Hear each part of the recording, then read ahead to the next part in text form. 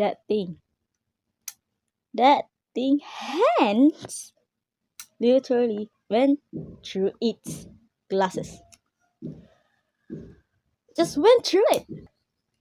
Yes, I call it it because it is not a real human being. Found out the son is British.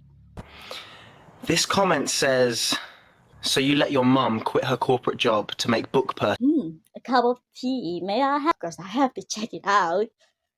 Book Store.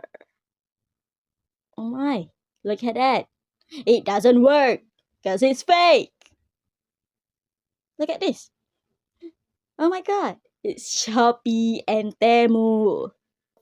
By the way, out of all the names they choose for this channel, they choose Jamal.